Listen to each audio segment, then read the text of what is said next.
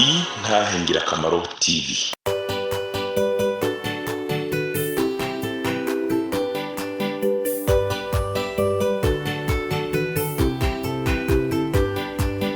Umwami Yesu arindeze niwatanga amajambo umunyabyaha ngo renguka wumva iby'ubugingo atugirira ubuntu akatwiyegereza amajambo meza cyane yo kunera umunezero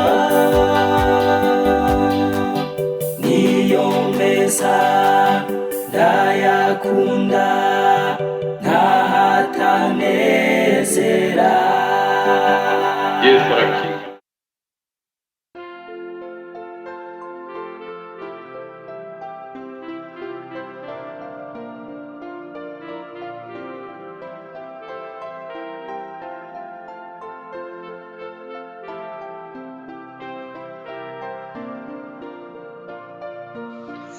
Ndabaramukije cyane mu izina rya Yesu Kristo. Umwami wacu Yesu abahezagire aho muri hose mu mpande zine z'isi. Imana nyene amahoro ibagirire neza, ibarabe neza. Muri cya kiganiro itegure Yesu araje, ikiganiro kikwibutsa ko Yesu Kristo azogaruka. Umunsi umwe Yesu azogaruka. Umunsi umwe tutazi bizohinduka. Musanzwe mugitegurirwa na jewe Ndayizeye Albert. Imana ibahezagire dusangire ijambo ry'Imana uyu munsi yashize mu mutima wanje. Imana riri mu Migani 23 ku murongo wa 20. Ntukabe mu gitigiri c'abanohowe na vino no mu banyamweru y'inyama, kuko imborerwa n'umweru uburuhukiro ari ugufutana, kandi itiro rizokwambika umuntu ubucocerwa. N'aya majambo y'Imana, ntukabe mu gitigiri c'abanohorwa na vino, c'abatwarwa na vino, kuko ngo imborerwa n'umunyamweru uburuhukiro no gufutana. Iyo umuntu amaze kuba imborerwa arafutana. Iyo umuntu amaze kuba imborerwa zimuhindura nabi, zimwaka ijambo, zimwaka icubahiro, zimwaka ubuntu. Imana dutabare. Iyo umuntu amaze kuba imborerwa, amaze kwiha imborerwa,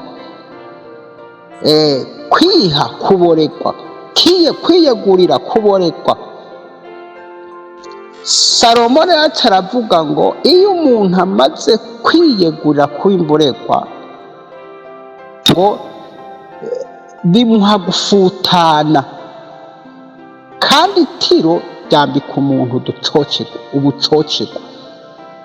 Ubucocerwa n'impuzu zishize zitabaguritse z'ubuyonga. Izo ni impuzu z'ubucocerwa zitabereye kwambara, zitabereye kuraba. Tugira tuvugane, Imana ikurinde itiro. Imana ikurinde itiro. Abari mu itiro namwe muveyo, abatarabayo namwe mwirinde itiro, mwirinde kuba mu itiro. Itiro umuntu arasinzira. Iyo umuntu asinziriye ibyiyumviro bisa nk'ibyahagaze. Iyo umuntu asinziriye hose aba aruhutse. Iyo umuntu asinziriye nta byinshi yumva. Iyo umuntu asinziriye ntaba ariko arakora. Iyo umuntu asinziriye aba atekanye. Rero itiro, abakera baravuze ngo uri itiro ukimbura ingonera. Ingonera si nziza. Ingonera zerekana umuntu yasinziriye. Hariho rero ibikorwa byerekana umuntu yasinziriye, umuntu ari mu itiro, umuntu akunda itiro, umuntu akunda kuryamira, umuntu akunda gusinzira. Hariho ibikorwa byerekana bitari byiza ko umuntu yasinziriye, ko umuntu akunda itiro. N'ubunebwe, n'inzara, n'ishari, n'ishavu, ishari n'inzigo. Iyo umuntu akunda gusinzira ngo yibura inzara nayo izana inzigo. inzara nayo izana intege nke, inzara nayo izana kwidoga, inzara nayo izana kubura amahoro. Ibyo byose biva ku itiro. Iyo umuntu akunda itiro, Imana idutabara, itiro rizokwambika umuntu ubucocerwa. Iyo umuntu yari mu itiro rero aba ikinebwe, nta n'umuntu amukunda, nta n'umuntu amunezererwa. Imana idutabara, kuko wirinde itiro ryo mu mpemu. Imana idutabara, itiro ryo mu mpemu rizana ubunebwe bwo gusenga. Itiro ryo mu mpemu rizana gutakaza umwete wo gusenga, rizana kuba impumyi mu buryo bw'impwemu. Itiro ryo mu mpemu rizana ubuhombe. Itiro ryo mu mpemu, Imana idutabara, itiro, wirinde itiro. Imana ikurinde itiro. Abari mu itiro namwe muveyo. Turabona Aburahamu ingene yasinziriye, yaracunze ibisiga by'amerwe ngo bya ntibyonone ikimazi, arabicunga amasaha yose atari make, arakora cyane. Mugabo biritubwira ngo hajya ku 15 hasomye hose, ku 11 kugenda kiya gice nka cyo twagisoma cyose kivuga inkuru z'ingene za Aburahamu. Imana yamusezeraniye umugisha ko zoronka, mugabo kubera itiro arasinzira ku mugoroba, ikimazi kirononekara. Imana idutabara. Hariho abantu bakiri maso, barejwa, barasenga, barakorera Imana kubera bari bakiri maso. Iyo umuntu ari maso mu buryo bw'impwemu, haboneka guhishurirwa. Iyo umuntu ari maso mu buryo bw'impwemu, asenga anezerewe, akorera Imana n'umwete kuko ari maso. Mu buryo bw'impwemu afise amaso abona, mu buryo bw'impwemu ari maso. Iyo umuntu ari maso akora ibyiza, iyo umuntu ari maso mu buryo bw'impwemu agenda habona. Ariko iyo umuntu asinziriye, azana kwidoga, azana kwiganyira, iyo umuntu Aburahamu akiri maso, ibisiga byari bwonone ikimazi. Imana idutabara. Ariko ku kirengazuba ibisiga byonona ikimazi, bituma urubyaro rwe rubinyambukira imyaka n'imyaka, rubabaye rugenda kujakarira ikindi gihugu. Imana idutabare, kuko ubwitiro, itiro rizokwambika umuntu ubucocerwa. Itiro ryo mu mpemu rizotuma umuntu aneshwa. Itiro ryo mu mpemu rituma umuntu aba ubuhombe. Itiro ryo mu mpemu rituma umuntu akora ibyaha ntabone ko yabikoze. Itiro ryo mu mpemu, itiro, wirinde itiro ryo mu mpemu. Abari mu itiro ikangure. Pawulo asaba ngo ikangure uve mu bapfuye, Kristo akumurikire. Imana idutabara. Uyu munsi mu ishengero hari itiro. Uyu munsi benshi barasinziriye, barafise ibyabasinzirije. Bamwe basinzirishijwe n'ubukene, abandi basinzirishijwe n'ibyaha kanaka, abandi basinzirishijwe n'ubuzima buzimvye, abandi basinziriye kubera ubuzima. Abantu bafise ibintu byinshi baruhije, abantu bararusha. Iyo umuntu arushe aca agomba kuryama. Imana idutabara. Kubera abantu barushe mu buryo bw'impwemu, kubera abantu barushe mu buzima tubayemwo, Imana idutabara. Abantu bararushe, bituma haza itiro ryo mu mpwemu, rituma abantu basinzira. Itiro, kanguka mwene data, kanguka usenge, kanguka ube maso, kanguka, Imana igukangure ube maso. Ube maso, Shatani aje ubone ko ari Shatani.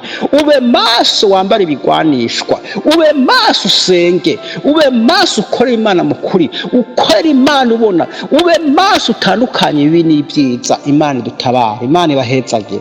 Kanguka, va mu itiro, va muri iryo tiro usinziriyemwo.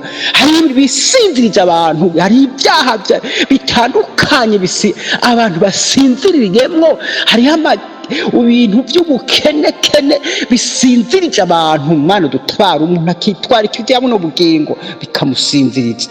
Imana idutabare. Va muri iryo tiro, va muri iryo tiro utarambara ubucocerwa.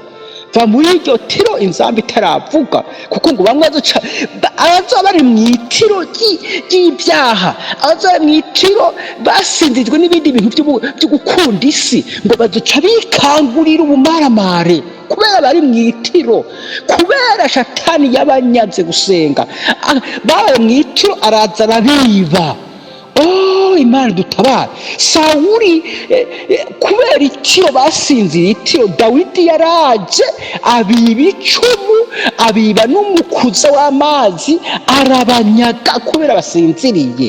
Yabanyaze gusenga, yabanyaze amavuta, yabanyaze ikigwanishwa cy'icumu kubera basinziriye.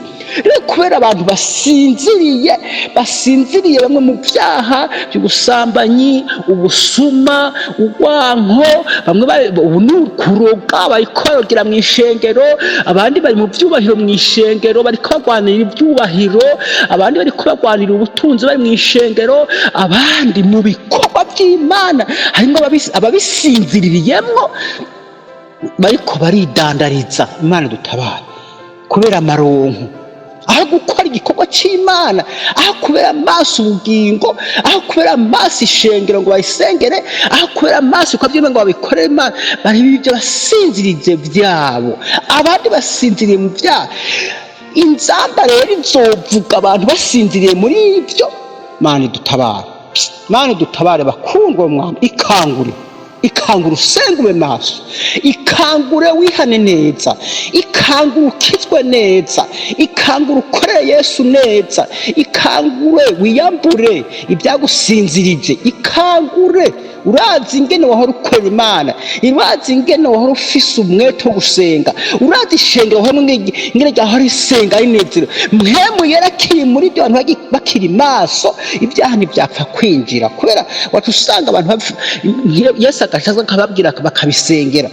Kubera abantu basinziriye abadayimoni buzuye mu rusengero, kubera abantu basinziriye abadayimoni baje bibiri mu makorari. Imana dutabare, usanga abadayimoni bari mu makorari, bari mu ishengero, bari mu bikorwa abadayimoni. Imana dutabare, Imana dutabare, tugirire neza. Abakozi bagakora barimo abadayimoni, bari ibyo bakareba barimo abadayimoni, kubera abari kuba maso ngo babibone, abari kuba maso ngo babone ibikorwa bibiri mu ishengero, abari kuba maso ngo babone ibyaha biri mu ishengero, barasinziriye. Kuko Satani yaraja yiba abantu impemu yo kubona, yiba abantu gusenga, yiba abantu ibigwanishwa barakoze byo gusenga, yiba abantu.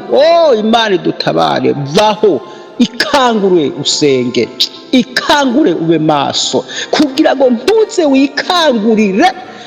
Umva aka kantu, abasinziriye basinzirijwe n'ibyo, basinzirijwe n'ibya bazikangura. Uwo munsi bazica bikangura, inzambi ipfutse, bikangurira ubumaramari n'ibitetegwe. Imana dutabara. Itiro rizokwambikwa mu bucocekwa. Uwo munsi bace bambara ubucocekwa, uwo munsi baca bambara amarira, uwo munsi baca bambara umubabaro, babe mu mubabaro, barangwa n'umubabaro, barangwa n'amarira, kuko batabaye maso. Satani akinjira akabanyaga, umwasi akaza akinjira akabiba, bakabaho bari inkokore, bari imbokoboko, bakaba baririmbyi, bakaba abasenzi, bakaba abakozi b'Imana, bakavuga ubutumwa, bari imbokoboko kubera umwasi yabibye, kubera itiro. Imana dutabara. N'aya majambo bakundwa umwami Yesu, va muri iryo tiro, va muri iryo tiro. Imana ibahe kuva mu itiro, Imana ibahe kuba, kuko uri maso ntapfa kwibwa, uri maso ntapfa kwibwa bakundwa, kuko ari maso. Mana ndagushimiye kubw'ijambo ryawe nyakubahwa. Hezagira iki gikorwa cyawe, hezagira abantu bawe Mana, ubahumure, ubagendere, abari maso bahe kurama, abasinziriye ubabare, bafise ibyo basinziriye bahe kuvyihana neza. Urakoze mu izina rya Yesu, amen.